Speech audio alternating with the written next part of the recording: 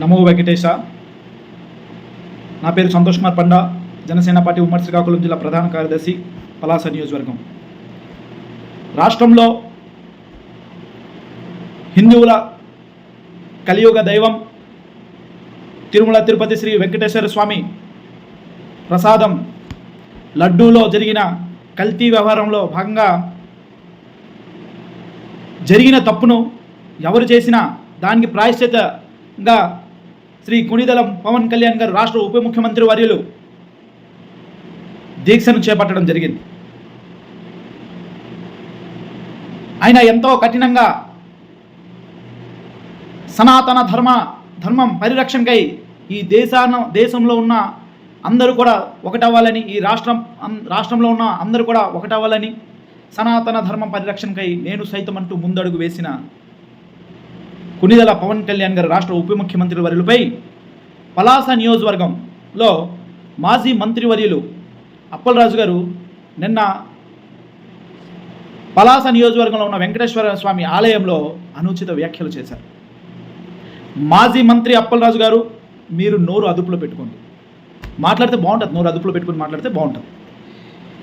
మళ్ళీ జగన్మోహన్ రెడ్డి గారు మీకు ఏం ఆఫర్ ఇచ్చారో కానీ మళ్ళీ మీ నోటికి పని మీరు చెప్పడం జరుగుతుంది.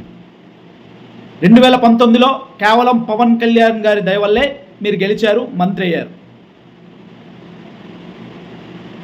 అవాకులు చవాకులు వ్యాఖ్యలు చేస్తే కానీ మీ అధినేత మిమ్మల్ని గుర్తించరని భయంతో మరి మీ నోటికి పని చెప్తున్నారో ఏమో కానీ మాకు తెలియదు. జనసేనాని పవన్ కళ్యాణ్ గారికి సనాతన ధర్మం గురించి తెలియదా? మరి మీకు తెలుసా? పోనీ మీకు తెలిసిన ధర్మం చెప్పండి. పోనీ ఈ రాష్ట్రంలో వారాహి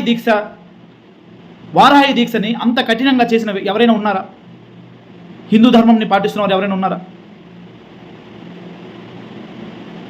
ఈ రాష్ట్రంలో పోనీ మీ జగన్మోహన్ రెడ్డి గారికి ప్రాయశ్చిత్త దీక్ష పవన్ కళ్యాణ్ గారు చేసినట్లు చేయమనండి. పోనీ మీరు చేయండి. చేయరు. హిందూ ధర్మం గురించి మాట్లాడుతున్నారే, మరి పవిత్ర దేవాలయాల్లో ఆ మాటలు, ఆ వ్యాఖ్యలు ఏంటండి? ముందు మీరు మారండి. ఒక్కసారి మీ సచీలతలు అంటే మీరు మాట్లాడే వ్యాఖ్యలు ఒకసారి మీరు పరిశీలించండి. మా అధినేత వివాహాల కోసం ప్రశ్నించే ప్రతిసారి మేము చాలా క్లారిటీగా సమాధానం ఇస్తున్నాం. చట్టబద్ధంగా ఆయన ముందుకు వెళ్తున్నారు, చట్టబద్ధంగా ఆయన ప్రతిదీ చేశారు. మీ నాయకుల్లాగా, మీ ఎమ్మెల్సీలాగా, మీ మంత్రుల్లాగా గుడి వెనక నా స్వామి అనే వేషాలు మా అధినేత వేయలేదు. మీ ప్రభుత్వంలో ఉన్నప్పుడు తిరుమల శ్రీ వెంకటేశ్వర స్వామి లడ్డూ ప్రసాదంపై జరిగిన కల్తీని ప్రశ్నిస్తే మీకు ఎందుకండి భయాలు?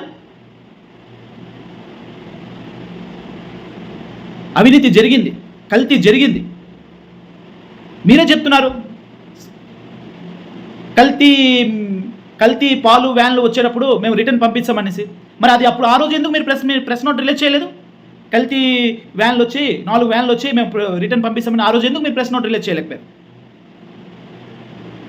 తిరుమల వెంకటేశ్వర స్వామితో మీరు ఆటలాడుకుంటున్నారు. మీ అందరికీ చాలా కఠినంగా ఉంటుంది.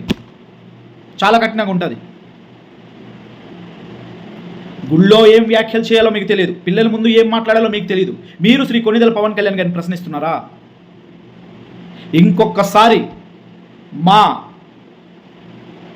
అధినేత పైన కానీ మీరు అవాకులు చవాకులు మాట్లాడితే మాత్రం పరిస్థితి చాలా కఠినంగా ఉంటుంది. ఒకసారి గుర్తుంచుకోండి. నమో వెంకటేశ.